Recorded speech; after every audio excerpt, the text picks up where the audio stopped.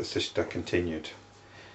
By the apprehension of the perceived or the knowable, consciousness becomes jiva, the living soul, and is apparently involved in repetitive history, samsara. When the false notion of a knowable apart from the knower, consciousness, ceases, it regains its equilibrium. So again, it's as a result of the cognitive process that we get the notion of an individual soul, and it's caught up with its own latent tendencies, its own psychological tendencies. And if you're a Hindu, then you believe that this carries on from life to life. But it's interesting, he says, when the false notion of a knowable apart from the knower, consciousness, ceases, it regains its equilibrium. So basically we're usually in a state which could be described as discordant or unharmonious, because we've split ourselves up. But once we realise that this is all simply consciousness knowing itself, then we regain a sense of equilibrium. And in a way, I think that term equilibrium is of more use than the term bliss, because we start behaving in a harmonious way.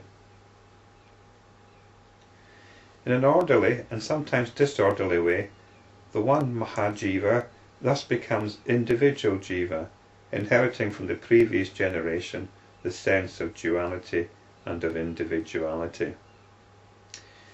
Really, there's just an ongoing process going on. It's all one ongoing process. We can try and understand it in different ways, conceptually, but that's not the point. The point is to awaken to it. The mysterious power of consciousness, which is an inexplicable and miraculous way produces the mysterious power of consciousness, which in an inexplicable and miraculous way produces this infinite diversity of names and forms, body, is known as egotism. The same consciousness, when it wishes to taste or to experience itself, becomes the knowable universe. Only immature people see in this either a real transformation or even a deluded appearance, for there is nothing other than consciousness. Yeah, you could argue that all of this phenomenal existence, everything that is going on, is a way of consciousness experiencing itself. The writer, the 60s writer Alan Watts, rather cleverly said once that the world is what neurons look like from the inside. We all know what a neuron looks like. We've seen these little pictures in books and things of dendrites and whatnot. That's supposed to be our consciousness, and that's how we perceive things through the brain, which is made up of neurons. So the world is actually what neurons look like from the inside. So I think it's quite clever, but I think we need to go a bit deeper than that. The world is actually what consciousness looks like from the inside. So there we go. The ocean is water, the waves are water, and when these waves play upon the surface of the ocean, ripples, also water, are formed. Even so with the universe. Even as the ocean might look upon and recognize the individuality of the ripples, the consciousness thinks of the individuals as independent, and thus egotism is born. And he's put in brackets, in quotes, I-ness, the sense of I-ness. All this is the wonderful play of the mysterious power of consciousness, and that alone is called the universe. So we're getting right down to it here, aren't we? When egotism has come into being, that egotism, which is non-different from consciousness, entertains notions of the various elements that constitute this universe, and they arise. In unity, diversity arises. O Ram, give up all these false notions of I and you, by renouncing even the notions of a jiva and its own cause. It's all notions. We've got ideas about things. These are what we consider to be reality. These are what we relate to.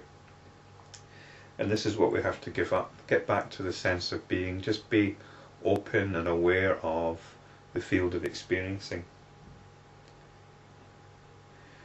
So when all these notions have gone, you will realize the truth which is in the middle between the real and the unreal. Well, we can neither call it real nor unreal, so we might as well say it's in the middle. It's neither real nor unreal. It just is. Well, in the sense of isness, it has this isness. When all these clouds have been dispelled, the one indivisible whole shines as it has never ceased to shine. We do not know what is real or what is false. So let's move away from notions of reality and falseness as well. This consciousness is not knowable. When it wishes to become the knowable, it is known as the universe. Well, there's no when about it. This is what's happening. It's consciousness wishes to become knowable. It's the nature of consciousness to know itself, and so it is the universe. Mind, intellect, egotism, the five great elements in the world, all these innumerable names and forms are all consciousness alone. A man and his life and works are indistinguishable, the static and kinetic manifestations of the same factor. Jiva and the mind, etc., are all vibrations in consciousness. A man and his life and his works are indistinguishable. I suppose this is another way of saying that it's all one. The static and kinetic manifestations of the same factor. So it's a bit like the water and the waves. Jiva and the mind are all vibrations in consciousness. The term vibrations in consciousness has got very limited use. It's a way of talking about it. But again, consciousness is, and the idea that it's vibrating or not vibrating, again, it's only an idea, and it's best not to run too far with that idea.